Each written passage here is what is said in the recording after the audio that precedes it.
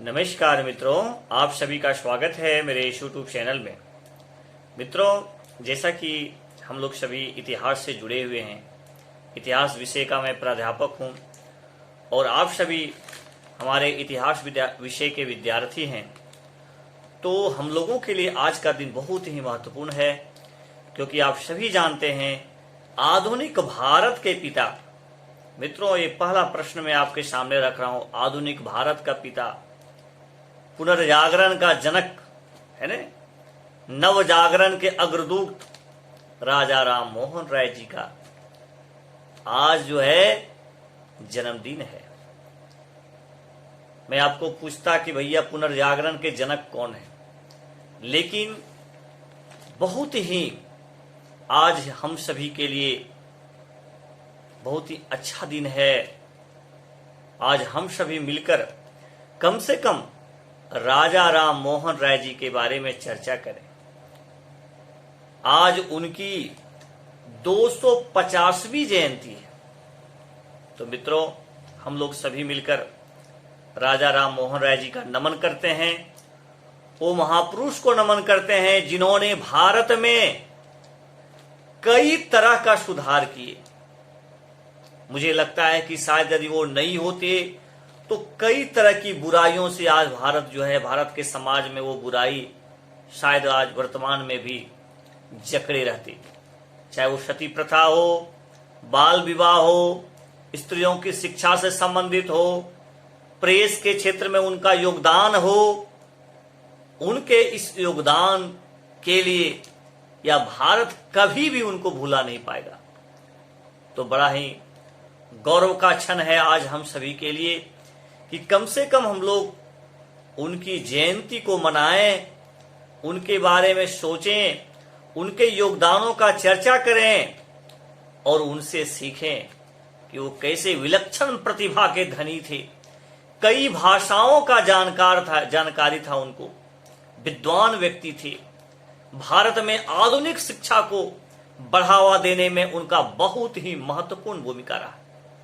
मित्रों, जो सती प्रथा जैसी जो बुराइयां थी उनको समाप्त करने के लिए राजा राम मोहन राय लगातार 21 वर्षों तक संघर्ष किए और उसके बाद जाकर के सती प्रथा समाप्त हुई। यदि उसके तिथि को हम लोग यदि बात करते हैं तो बंगाल सरकार की एक रिपोर्ट के अनुसार से यदि देखिएगा तो 1815 से लेकर 1819 के दौरान लगभग इस सती प्रथा, ये जो बुराई था, इसके वजह से 2000 लमसम में जो है सो महिलाएं जो है सो सती हुई। बताइए मित्रों, यदि यह बुराई आज, यह जो समाज की जो बुराई थी वो आज यदि रहता तो कितने हमारी माताएं जो है वो सती हो जाती। लेकिन धन्य है वो महापुरुष राजा राम मोहन राय जी जिन्होंने इस प्रथा को समाप्त करने के लिए लगातार 21 वर्षों तक संघर्ष किए। ठीक है, जैसा कि वर्ष 1812 में राजा राम मोहन राय के बड़े भाई जगमोहन राय की मृत्यु हो गई। याद रखिएगा, नाम याद रखिएगा, जगमोहन राय इनके बड़े भाई थे, इनकी मृत्यु हुई। उसके उपरांत उनकी पत्नी अलका मंजरी, उनकी पत्नी का नाम था अलका मंजरी, को जबरदस्ती है ना चिता में बांध कर जला दिया गया था। इस घटना का राम मोहन राय के ऊपर बहुत ज्यादा प्रभाव पड़ा। जबरदस्ती वो सती होना नहीं चाहती, लेकिन जबरदस्ती बांध करके जला दिया गया था। इसके बाद ही उन्होंने इस नारकीय प्रथा को सदैव के लिए समाप्त करने का संकल्प ले लिया कि इस तरह का जो बुराई है, इस तरह का नरकीय जो व्यवस्था है, उसको मैं समाप्त करके रहूंगा। और इसको समाप्त करने के लिए लगातार 21 वर्षों तक उन्होंने संघर्ष किए। 4 दिसंबर 1829, याद रखिएगा, डेट याद रखिएगा प्यारे स्टूडेंट्स, बहुत इंपॉर्टेंट है। यूपीएससी, जेपीएससी, एनपीसीएस एग्जाम, चाहे किसी भी परीक्षा को ले लीजिए, राजा Ram Mohan Roy is very very important topic. 4 दिसंबर 1829 को governor general Lord William Bentinck, एकदम याद रखिएगा, लॉर्ड विलियम बेंटिंग ने सती प्रथा के खिलाफ जो है सो कानून बना दिया। पर जो लोग सती प्रथा के विरोधी थे उन्होंने बोलना शुरू कर दिया कि राम मोहन राय जैसे हिंदू धर्म विरोधी के चलते अब हिंदू धर्म समाप्त हो जाएगा। लोग बुराई करते ही है, कुछ कुछ लोग अच्छा काम भी कीजिएगा तो फिर भी कुछ लोग बुराई करते हैं। समाज का ये प्रकृति का नियम है। भैया देखो आगे चलकर देखिए, ईश्वर चंद्र विद्यासागर ने बांग्ला इतिहास में लिखा है कि राम मोहन राय अरबी, फारसी, अंग्रेजी, Sanskrit, Bangla, Hindi, Urdu, Greek, Latin, French, Hebrew भाषा जानते थे। कितनी भाषाओं का जानकार थे राजा राम मोहन राय जी।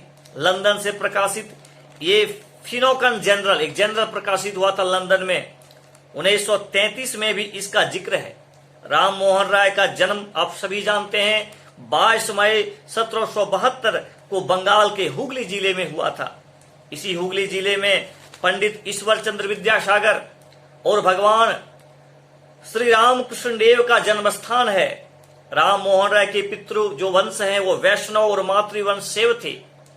राम मोहन राय ने सभी धर्मों की पुस्तकों को पढ़ी और उसके बाद अपनी पत्नी को बताया, देखिए भैया किताबों को पढ़ना चाहिए, धर्म ग्रंथों को पढ़ना चाहिए, उससे बहुत कुछ सीखने को मिलता है।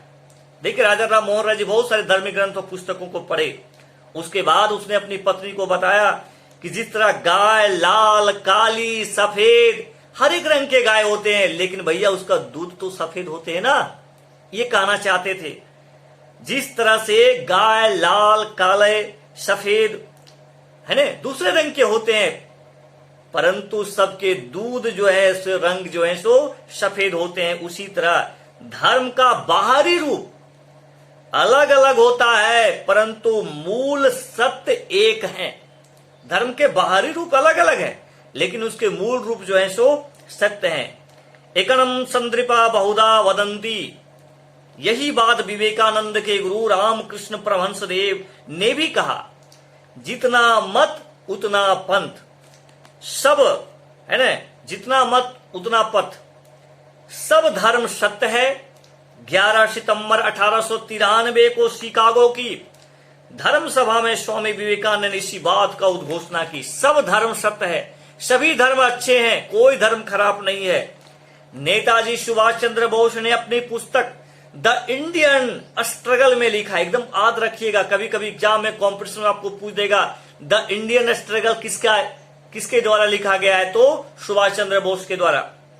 नेताजी सुभाष चंद्र बोस ने अपनी पुस्तक द इंडियन स्ट्रगल में लिखा है कि राजा राम मोहन राय नव युग के पैगंबर थे भाई, नव युग के पैगंबर थे राजा राम मोहन राय। जवाहरलाल नेहरू ने अपनी पुस्तक डिस्कवरी ऑफ इंडिया, देखो भैया discovery of India Jawaharlal Nehru का, ये भी याद रखिएगा, मैं राजा राम मोहन राय के योगदान की काफी सराहना की है, बहुत ज्यादा भूरी भूरी प्रशंसा जो है Jawaharlal Nehru ji discovery of India में किए हैं। ठीक है यार, ये सभी चीज याद रखिएगा, बहुत इंपॉर्टेंट है। राजा राम मोहन राय के समाज संस्कार की परिधि बहुत ही विस्तृत रही है। वे सती प्रथा के निवारण के साथ साथ स्त्री शिक्षा को बढ़ावा देने के पक्षधर थे, दहेज प्रथा का विलोपन चाहते थे, पुरुषों के बहु विवाह पर रोक के हिमायती थे, अंतर्जली यात्रा, गंगा सागर में संतान विसर्जन पर प्रतिबंध के पक्षधर थे। यानी आडंबर वो नहीं चाहते, दिखावा वो नहीं चाहते थे, वास्तविकता को वो चाहते थे।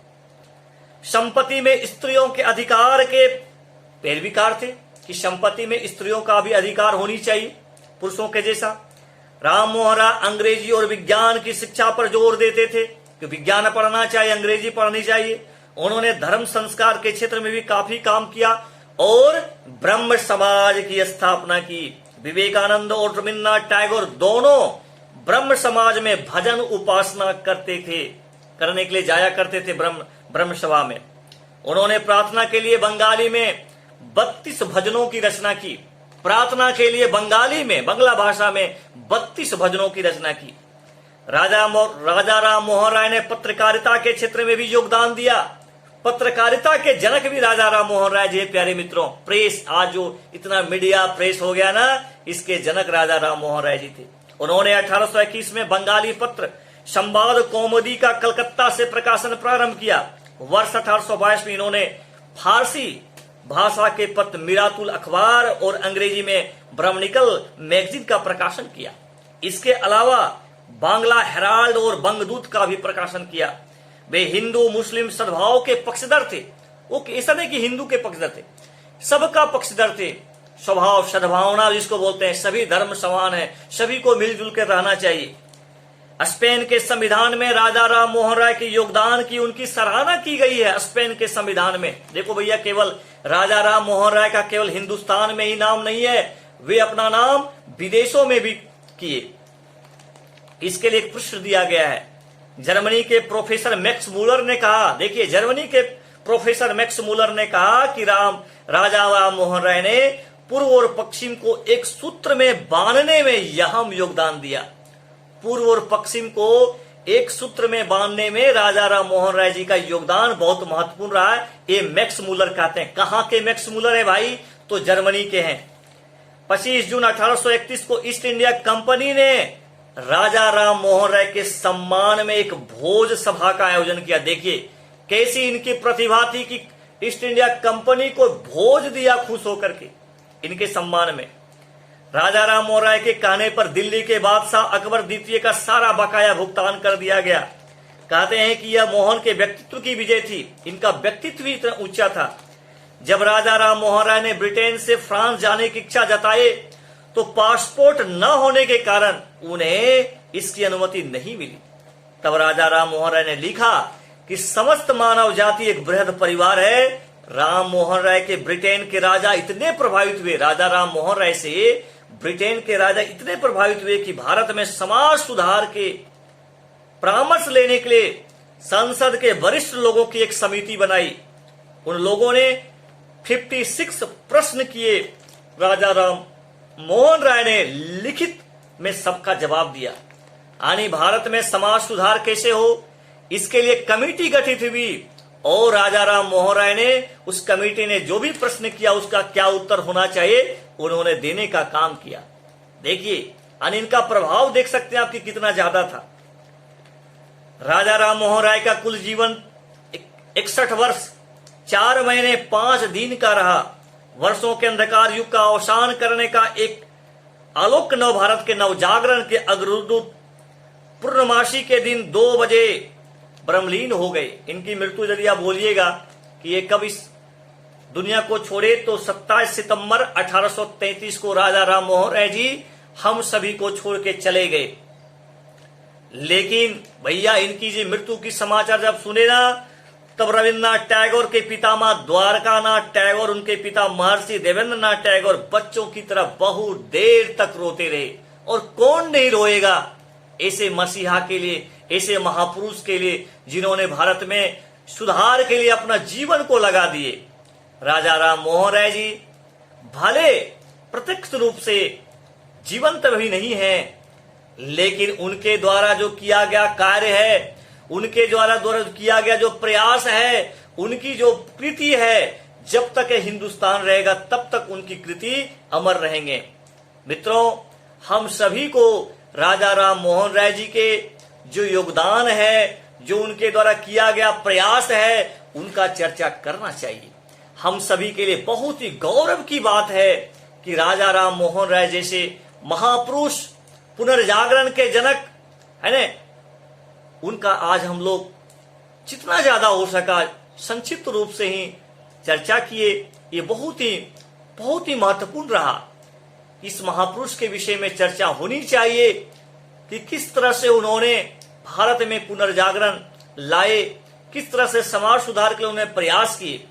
तो मित्रों, निश्चित रूप से आप इसको देखिएगा, राजा राम मोहन राय से सीखिएगा कि उनका किस तरह का सोच था, और आगे चल करके आपकी पढ़ाई के लिए भी, आपके कंपटीशन के लिए भी राजा राम मोहन राय बहुत इंपॉर्टेंट टॉपिक है। पुनः हम लोग जो है सो राजा राम मोहन राय जी को शत शत नमन करते हैं और उनके योगदान की हम लोग चर्चा करते हैं, और आगे भी हम लोग जो है सो राजा राम मोहन राय जी के जो किया गया कार्य है, किया गया जो प्रयास है, किया गया सुधार है, हम लोग चर्चा करते रहेंगे। धन्यवाद। जय हिंद, जय भारत।